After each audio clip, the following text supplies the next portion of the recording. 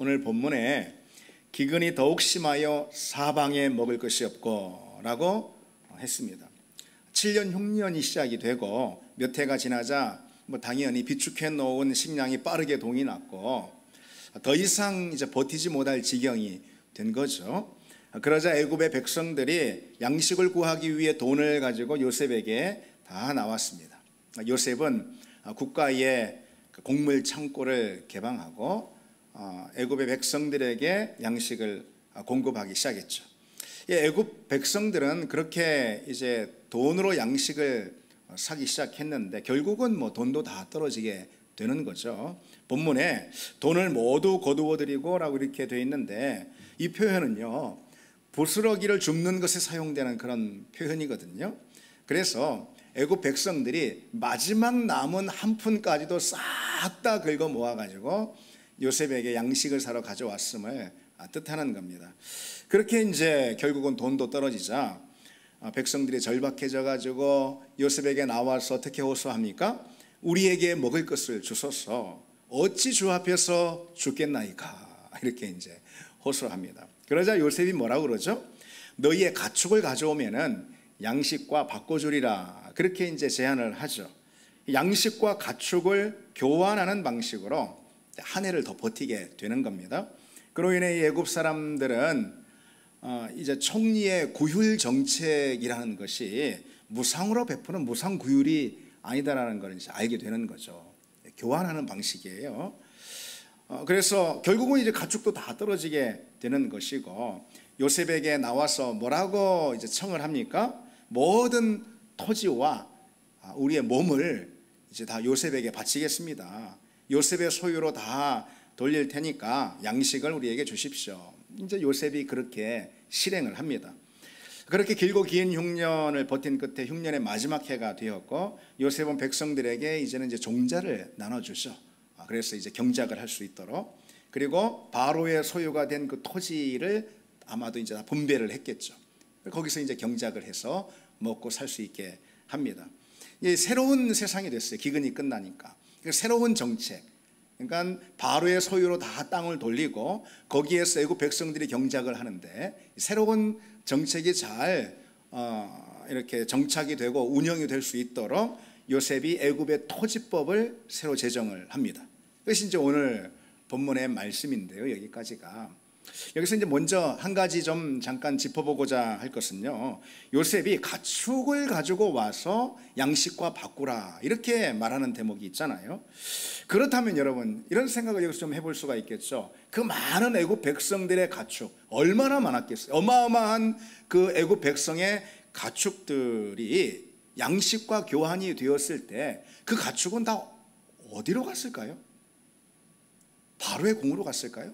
다 어디로 갔고, 그 어마어마하게 많은 가축대들은 누가 맡아서 관리를 하게 됐을까요?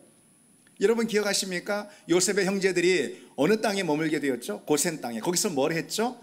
요셉의 형제들의 생업이 애굽 백성들과는 달리 가축을 치는 거잖아요. 목동이라 말이죠. 고센 땅에서 목축을 했습니다. 당연히 그 많은 양식과 교환한 가축대들은 고센 땅으로 다 가게 되었을 테고, 그리고 요셉의 형제들이 그것을 도맡아서 관리하게 됐을 겁니다. 여러분 한번 생각을 해보십시오.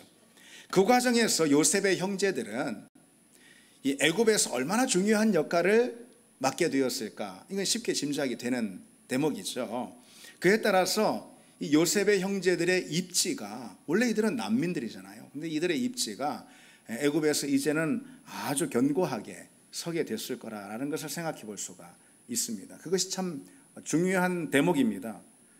다음에 이어지는 27절을 보면은요, 그 점에 대해서 이렇게 이제 분명히 드러내주고 있는데, 이스라엘 족속이 애굽 고센 땅에 거주하며 거기서 생업을 얻어 생육하고 번성하였더라. 하나님이 원래 우리에게 주신 복이 생육하고 번성하는 복이잖아요. 아담에게 주신 복이.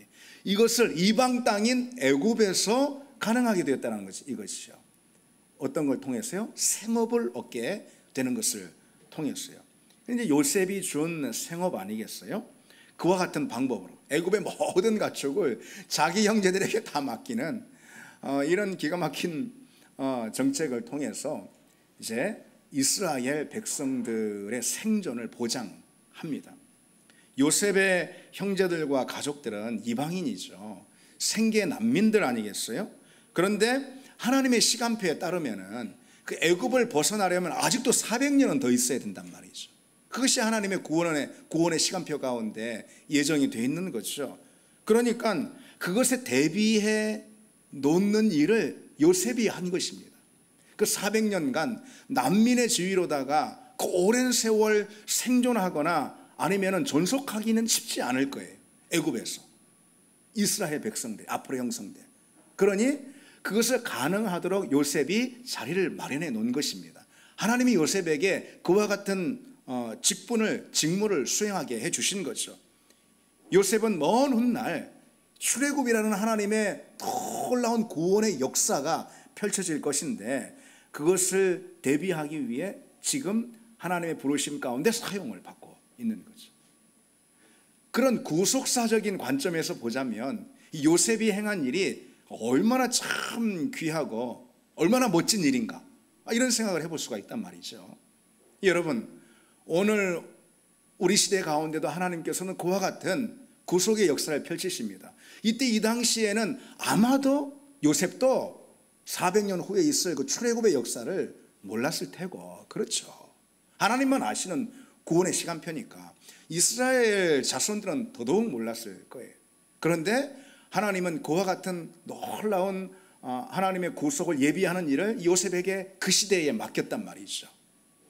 오늘 이 시대 가운데도 하나님의 구원의 역사는 역시 펼쳐지고 있는 줄 믿습니다. 그리고 당연히 하나님은 그분의 종들을, 그분의 자녀들을 불러서 하나님의 그 일에 사용을 하십니다.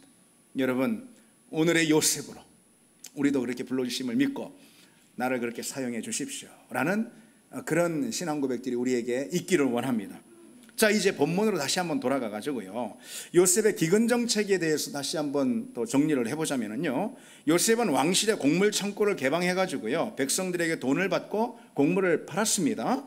그런 후에 이제 뭐 돈이 다 떨어지자 곡물을 가축과 교환해 주기 시작했죠.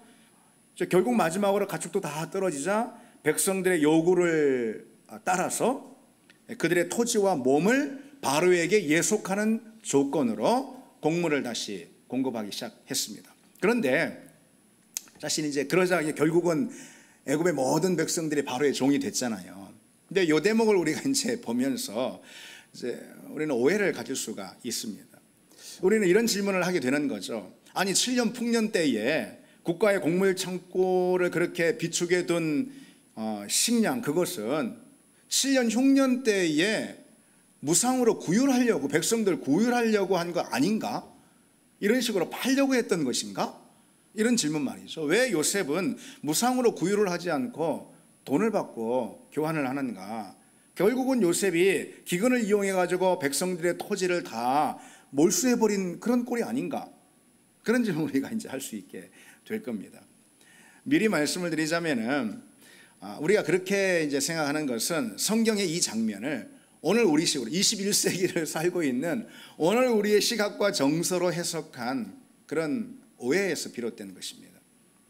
그래서 이 시간에는 여러분, 오늘 본문의 말씀은 우리가 이제 평상시 창세기 말씀 묵상하면서 이 대목을 뭐 깊이 묵상하지는 아마 않았으리라 생각이 듭니다. 그래서 이 시간에는 오늘 본문을 좀 살펴보고 오늘 본문이 담고 있는 의미와 이제 메시지를 좀 생각해 보려고 하는데요. 본문을 우리가 올바로 살펴볼 때 오늘 본문에서 두 가지 메시지를 우리는 발견할 수가 있습니다. 하나는 요셉의 토지 개혁을 통해서 토지법을 세우는데 요셉이 그 장면 안에 이제 메시지가 담겨 있고요. 또 다른 하나의 메시지는 요셉의 기근 정책과 그에 대한 백성들의 반응, 거기에 오늘 본문의 메시지가 담겨져 있습니다. 먼저요, 요셉의 토지 개혁에 대해서 우리가 살펴볼까요?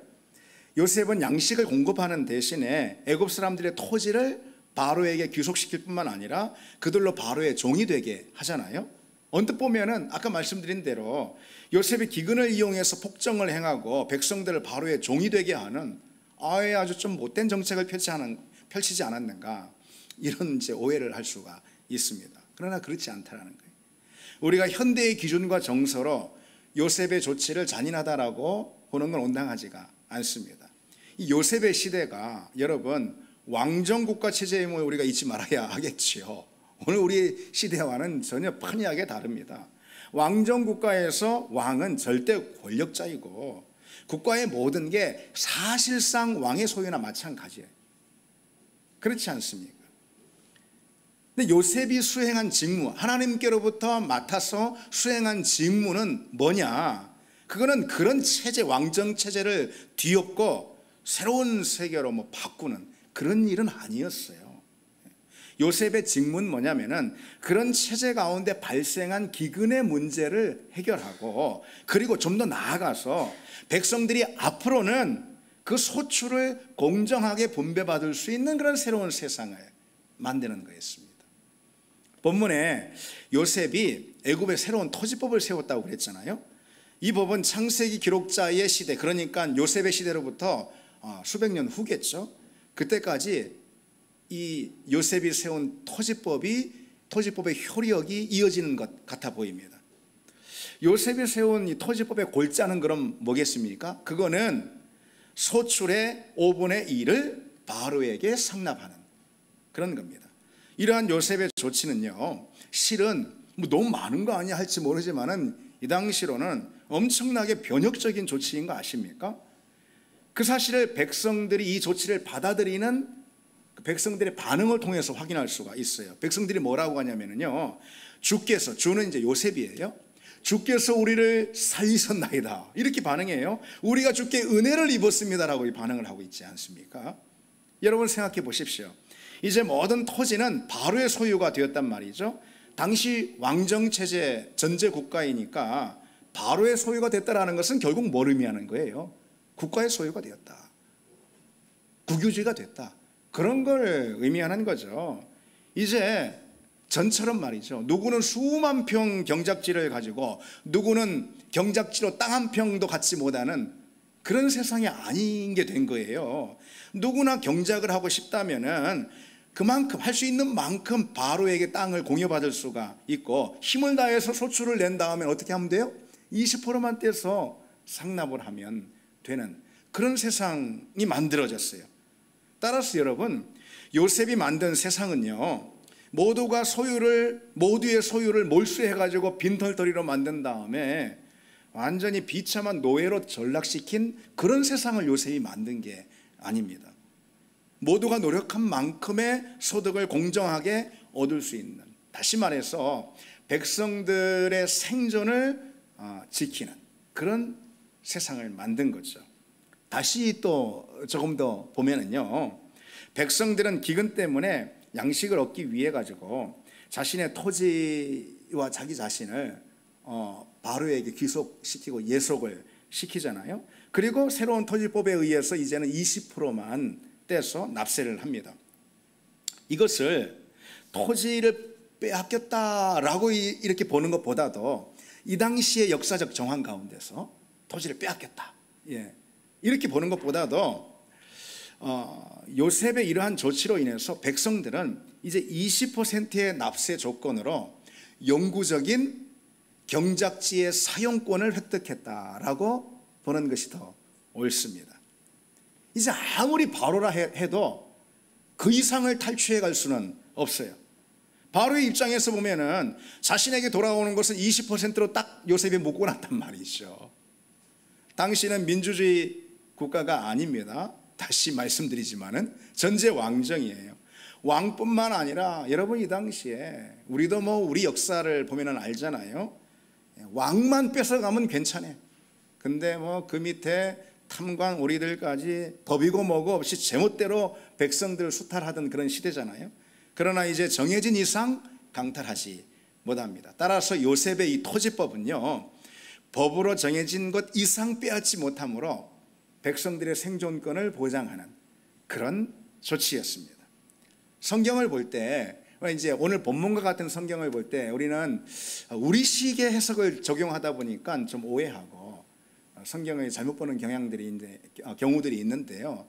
이제 다른 하나 예를 들자면 이런 것도 들 수가 있어요. 여러분 구약 성경에 눈에는 눈, 이에는 이로 갚을지니라 이런 법이 나오잖아요. 이거 하나님이 이스라엘 백성들에게 주신 율법이란 말이죠. 세상에 이렇게 살벌한 법을 하나님이 정해 주셨을까. 근데 이걸 가리켜서 동태복수법이라고 그러거든요. 똑같이 복수하는 동태복수.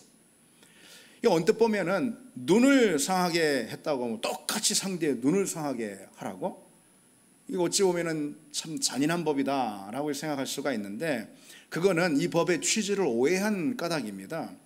당시 사람들이 여러분 눈을 상하게 되면 상대 눈만 상하게 합니까? 아닙니다. 목숨을 뺏어버립니다. 그것을 막기 위한 법으로 가해자에 대한 처벌은 피해자가 받은 피해 이상이 되지 못하도록 못을 박는 그런 법의 성격이라는 거죠.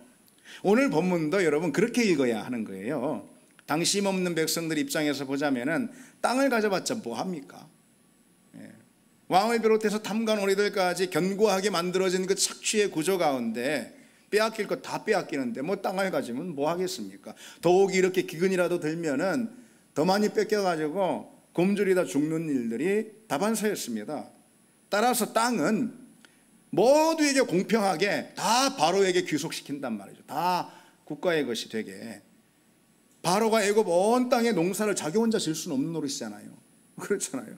결국은 농사를 누가 집니까? 백성들이 집니다. 그러니까 백성들에게 경작할 땅을 바로는 공유할 수밖에 없는 거죠. 그런데 세금은 딱 20%로 법으로 정했습니다. 고대 왕정시대에 소작농에게 20%의 소작로를 부과한 사례는 여러분 어디에서도 그 유래를 찾을 수가 없습니다. 최소 그 2배 이상은 다 부과를 했죠. 분명 요셉의 토지개혁 이전에는 애굽이 어떤 사회였을까 생각해 볼 때 훨씬 더 불공정하고 그리고 착취가 만연한 그런 제도에 기반한 그런 세상, 그런 사회였을 겁니다. 그런 당시 상황으로 보자면은 요셉의 목적은 이거예요. 왕실 권력이 백성들을 착취하지 못하게 하고 백성들은 자기 몫을 온당하게 받아가도록 한 거죠. 따라서 요셉은 이 왕정체제라는 요셉이 그 당시 정치하던 이 시대적 자리에서 자기가 하나님의 종으로 할 수 있는 한 최선을 그 정책으로 펼쳐 나간 겁니다. 그런데 또 가만 보면 이런 생각도 할 수 있어요. 요셉이 그렇게 그런 정책을 펼쳐나가, 백성을 보호하는 그런 정책을 펼쳐나갈 때 그렇게 이제 토지법도 그렇게 요셉이 제정해서 공포하잖아요. 바로는 뭐 하고 있었을까? 어찌 보면은 자기 것을 빼앗기는 거잖아요. 그런데 워낙 심각한 기근이 탁 드는 바람에 사실 바로도 어쩔 수가 없었던 거죠. 어쨌든 애굽의 법은 바로가 제정하고 바로가 공포하는 거잖아요. 당연한 거죠. 그런데 오늘 본문에 보면은 토지법을 제정한 주체가 누구로 기록되어 있죠? 요셉으로 기록되어 있습니다. 이거 참 뜻밖의 일입니다. 그만큼 요셉의 역할과 그리고 또 영향력이 아주 막대했다라는 것을 보여주는 반증이죠. 더욱이 본문의 토지법은요 성문법입니다. 이 당시에. 그래서 시대가 지나도 바꾸지 못합니다. 땅 몫을 박아놓은 거죠.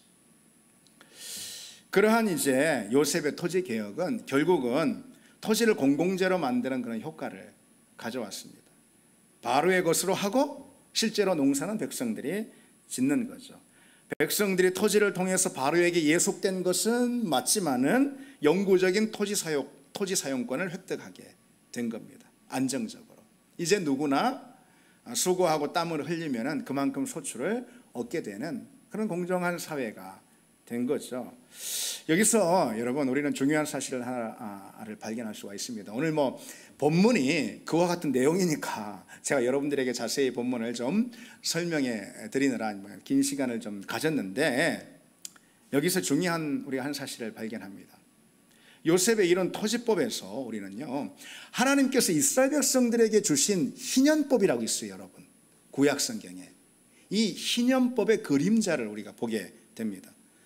애굽의 백성들은 이제 땅을 소유하지 않죠. 다만 사용할 뿐입니다. 그런데 누구나 살 걱정을 이전처럼 할 필요는 없어요.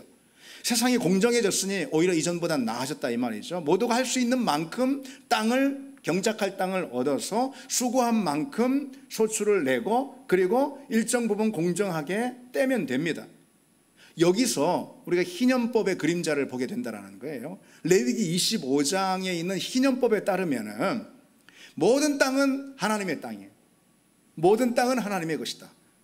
이스라엘 백성들은 땅에 대한 소유권을 가질 수 있는 게 아니고 그에 대한 사용권만 있다라는 거예요. 여러분, 이제 그보다 수백 년 앞에 요셉의 상황을 보면은 요셉이 정치하던 시대는 애굽이니까 애굽의 자리에 맞게 그것을 실행했던 거죠. 모든 땅은 바로의 것이고 모든 백성은 누구의 종이에요? 바로의 종이에요. 이제 다시 성경으로 돌아가 볼까요? 희전법에 의하면은 모든 땅은 누구의 것이에요? 하나님의 것이고 이스라엘 백성들은 누구의 종이에요? 하나님의 종인 거죠. 그게 곧 희년의 정신입니다. 여기서 여러분 우리는 어떤 교훈을 얻을 수 있을까요? 토지의 공공적 개념이라든지 공정한 분배의 경제라든지 이런 어떤 교훈을 얻을 수도 있겠지만은 이 시간엔 그런 내용 다루기보다도 영적인 내용에 대해서만 한번 점검을 해봅시다. 영적인 내용에 대해서만. 희년의 영적 정신은 무엇인가? 그것은 말씀드린 대로 내 것이 아니다 이거예요.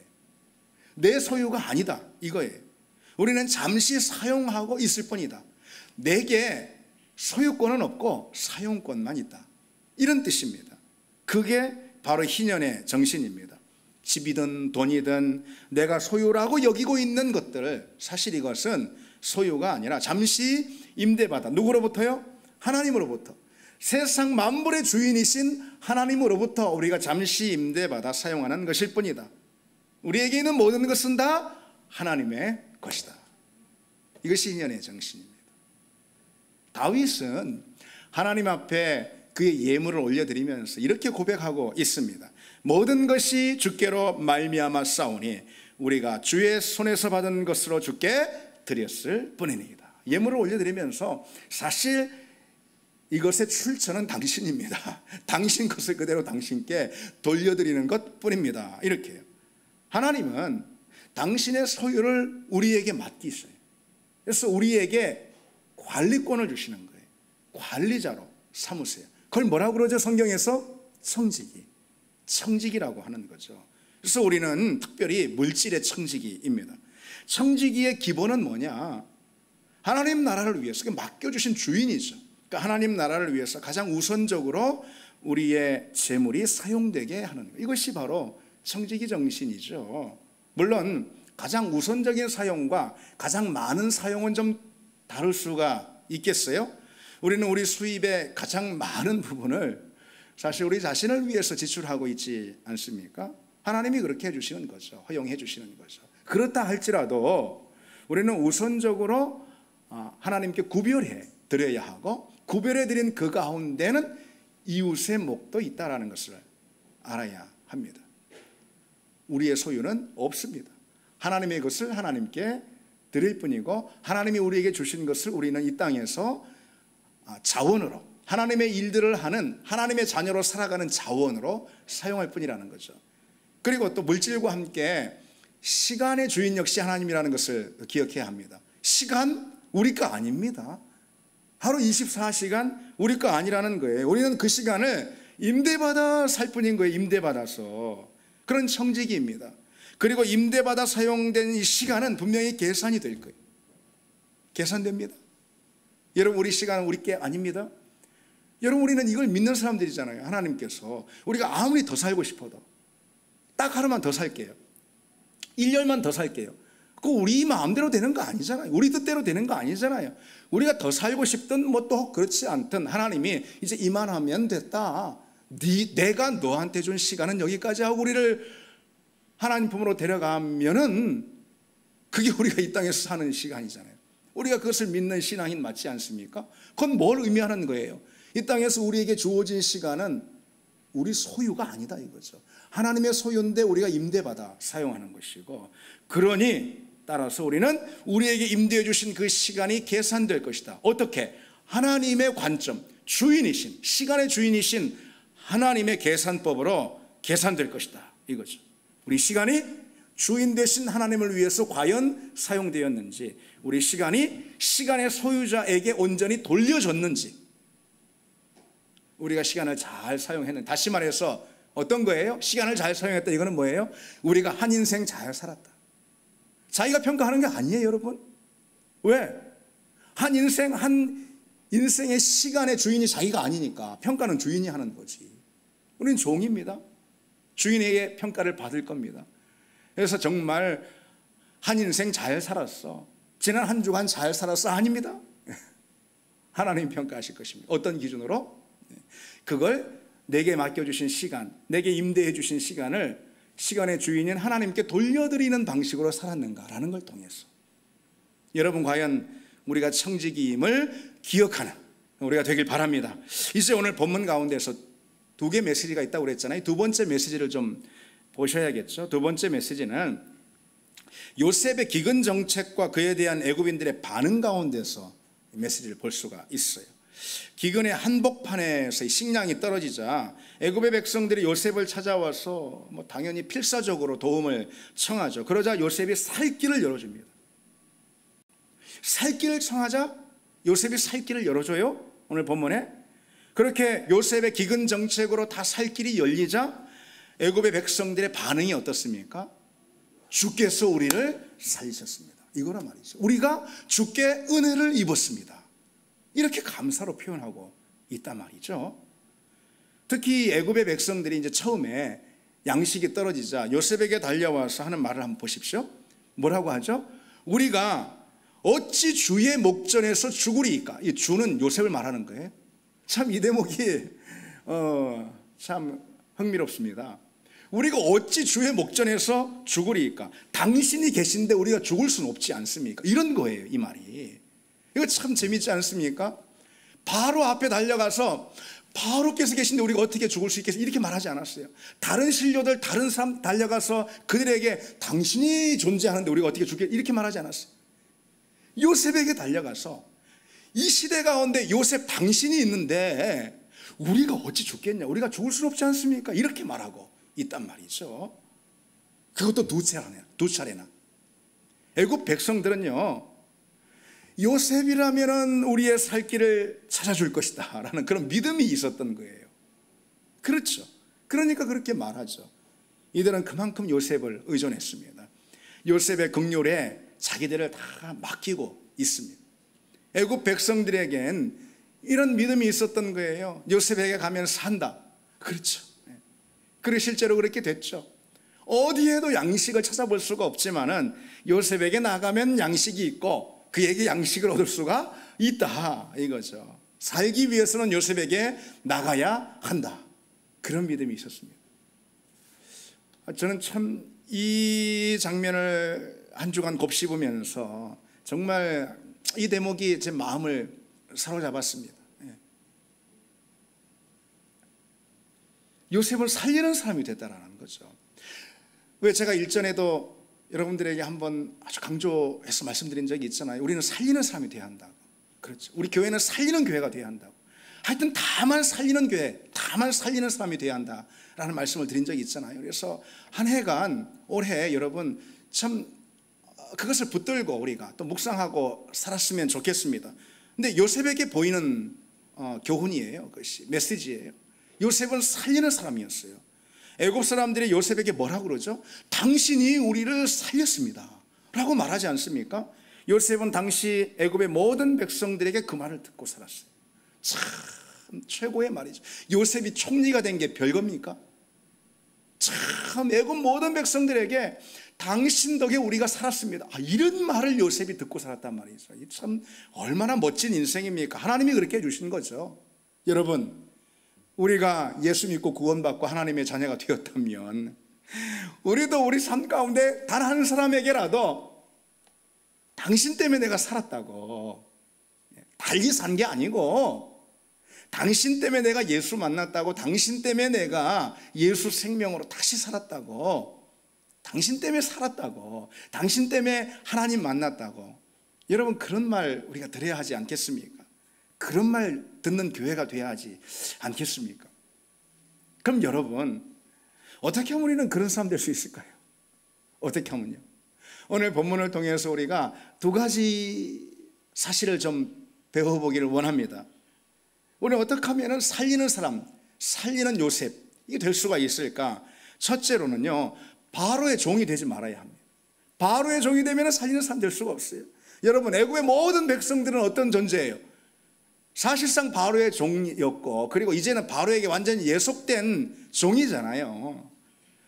그러니 어떻게 바로의 종이 바로의 문제인 애굽의 기근의 문제를 해결할 수가 있을까요? 없죠. 그런데 요셉은 아닙니다. 요셉은 바로의 종이 아니에요. 물론 그의 관료 사회의 정치적인 지위가 바로의 씨나 맞기는 하지만은 절대 바로의 종은 아닙니다. 그래서 요셉 자신도 창세기 45장에 우리가 이미 살펴봤는데 자기 형들 상봉하는 장면에서 자기를 이렇게 소개하고 있는 대목이 있잖아요. 뭐라고요?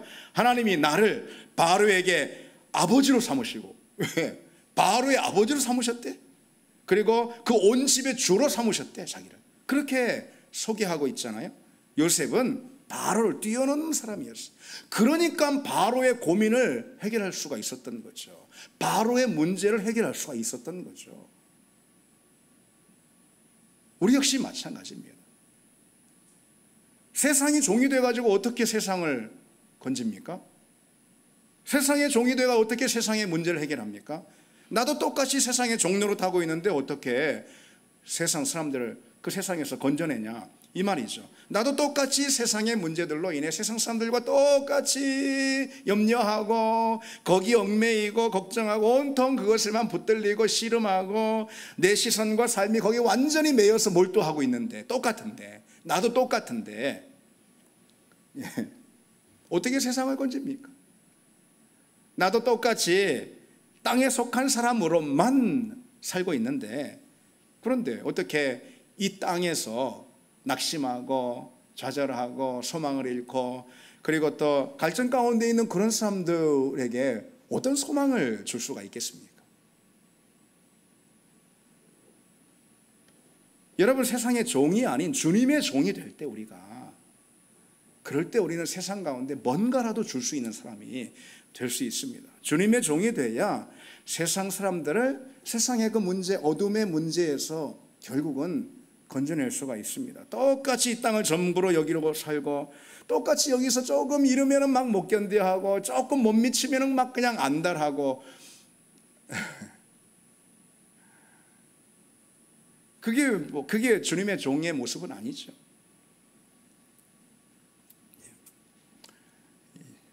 여러분 얘기하는 게 아닙니다. 제 얘기를 하는 거지. 그러니까 세상 사람들한테 무시를 당하는 겁니다. 주님은 맛을 잃은 소금은 버려서 사람들에게 밟힌다고 말씀하셨어요. 세상과 똑같아지니까 우리는 맛을 잃게 되고, 그러니까 세상 사람들에게 무시를 당하고 결국은 쓸모없이 밟히는 존재가 되는 거죠. 우리 성도가, 우리 교회가 그렇게 되는 겁니다. 다른 존재로 부름을 받았는데 그러지 못하니까요. 여러분, 다니엘을 또 한번 생각해 볼까요? 다니엘은요, 시대만 다르지 요셉하고 굉장히 비슷한 점들이 참 많습니다. 둘 다 이방 나라의 총리였기도 하고 굉장히 비슷한 점이 많아요. 다니엘은요, 페르시아의 왕을 섬기는 그런 신하였죠. 그렇지만 그보다 먼저 하나님의 종이었습니다. 그것을 분명히 보여주는 장면이 있는데요, 다니엘이 여러 신하들의 모함으로 인해서 사자굴에 갇히게 되지 않습니까?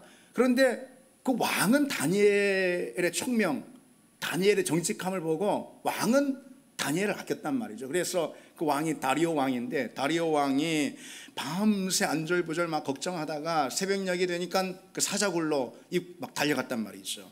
그리고 사자굴 앞에서 막 다니엘이 죽었거니 생각하고 슬피 울면서 그래도 다니엘을 한번 부릅니다. 그러니까 다리오 왕이 다니엘을 부르는 그 호칭이 아주 의미심장하거든요. 뭐라고 다리오 왕이 다니엘을 부르냐면은 살아계시는 하나님의 종 다니엘아.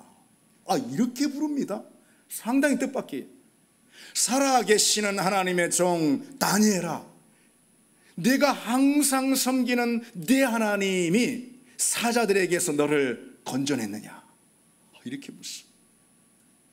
다리오 왕이 다 당연히 나의 신하 다니엘아, 총리 다니엘아, 이렇게 묻는 것이 너무나도 자연스럽고 당연한 것인데 마땅히 그렇게 불러야 하는데, 그를 향해서 살아계신 하나님의 종 다니엘아 이렇게 부릅니다. 왜일까요?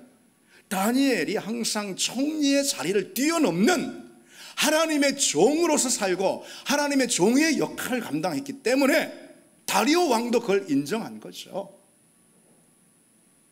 다니엘은 당대 최고의 지위를 가졌습니다. 일국의 총리였지 않습니까? 그러나 다니엘은 자신의 그 지위나 권세를 영예로, 최고의 영예로 여기지도 않았을 뿐더러 그것을 인생의 목적으로 삼지도 않았습니다.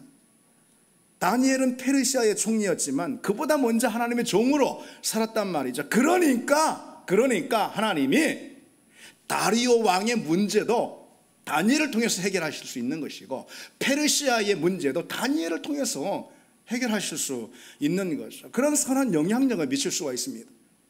다만 다리오 왕의 종이었다면, 다만 그 당시 시대의 종으로 살았다면, 얽매여 살았다면 다니엘이 무슨 역할을 할 수가 있습니까? 그저 적당히 다리오 왕한테 쓰임을 받은 다음에 버림을 받는 거, 어차피 이방인인데 그런 거 왜 뭐가 다니엘에게 선한 영향력이 있을 수 있습니까? 여러분, 우리가 세상 사람들과 똑같이 살면은 세상에서 밟히는 존재가 됩니다. 왜 밟히는 존재가 됩니까? 똑같이 사니까 그런 겁니다. 똑같이 염려하고 똑같은 거 추구하고 똑같이 사니까, 그러니까 세상 사람들한테 밟히는 것이죠. 세상을 살아가는 방식이 여러분 달라야 합니다. 거룩한 방식, 하나님의 종의 방식으로 우리는 달라야 합니다. 한마디만 말씀드리면 어떤 게 다른 겁니까? 세상 사람들은 다 뭐하고 삽니까? 저마다 자기를 주로 섬기고 살아요. 저마다 자기가 우상으로 살아요. 그게 다른 거예요. 우리는 다만 하나님의 종으로 사는 삶입니다. 그것이 삶의 많은 부분을 다르게 할 것입니다. 그때 우리는 세상에서 인정을 받게 됩니다. 둘째로, 여러분, 어떻게 해야 우리는 살리는 사람이 될 수 있을까요? 바로의 종이 되지 말고, 또 하나, 내 안에 생명이 있어야죠. 어떻게 우리는 양식을 나눠줄 수 있을까요? 내 안에 양식이 있어야죠. 요셉이 어떻게 양식을 나눠줬습니까? 자기가 양식을 쥐고 있었잖아요. 그럼 여러분, 오늘 이 시대 요셉으로 살아가는 우리는 어떤 생명과 어떤 양식을 나눠줘야 합니까? 예수 생명이고, 그렇죠, 예수의 양식이고, 복음의 양식이고, 복음의 말씀의 양식 아니겠습니까? 그렇죠? 내 안에 그 생명과 양식이 있으면은 하나님께서 그에 대해 굶주린 사람, 그에 대해 줄인 영혼들을 우리에게 붙여주시고 우리에게 맡겨주실 줄 믿습니다. 여러분, 우리가 스스로 사람을 얻으려고 애쓸 필요 없습니다. 절대 그럴 필요 없습니다. 그렇게 해서 되는 게 아니에요. 교회도요, 교회 스스로가 사람을 막 모으려고 할 필요 없어요. 교회에 양식도 없고 생명도 없는데 그 교회에 뭐로 사람들 모읍니까? 그렇죠. 우리 교회에 하나님의 양식과 하나님의 생명이 없다면 뭐로 사람 모읍니까? 오지 말아야 합니다. 그렇지 않습니까? 내가 완전히 예수 생명 없어 메마른 존재인데 내 곁에 사람 붙으면 되겠습니까? 같이 망하라고.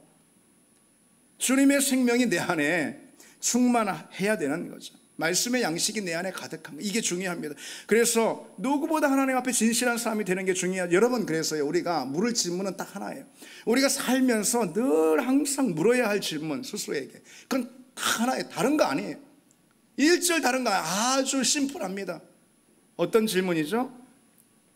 나는 하나님의 생명으로 충만한가? 우리 같이 해보실까요? 나는 하나님의 생명으로 충만한가? 네, 그래요. 나는 하나님 양식이 있는가? 그겁니다. 그런데 그 하나님의 생명이라는 것은요, 사실 성령의 충만으로 채워지는 법인 줄 믿습니다. 초대교회 성도들은 성령으로 충만했습니다. 그러니 자연히 예수 생명으로 충만하고 은혜로 충만하고 하늘의 권능으로 충만하고 능력으로 충만했던 거죠. 그래서 우리보다 살기 훨씬 힘든 그리스도인의 삶의 자리에서 넉넉히 감당했던 거예요. 여러분, 코로나 시대라 그리스도인들 또 교회에 어렵다고요? 어렵다고요? 뭐 어려울 게 그렇게 많습니까? 훨씬 더 어려운 박해의 시대, 훨씬 더 어려운 따돌림의 이 시대에 초대교회 성도들은 예수 생명 충만하니까, 말씀의 양식이 탁 든든히 자리하고 있으니까, 그러니까 넉넉하게 감당하고 세상을 먹여 살린 거 아니겠습니까? 예수 생명으로, 말씀으로 먹여 살린 거 아니겠습니까? 오늘 우리에게도 그와 같은 은혜가 주어지길 바랍니다. 같이 찬양하시겠습니다.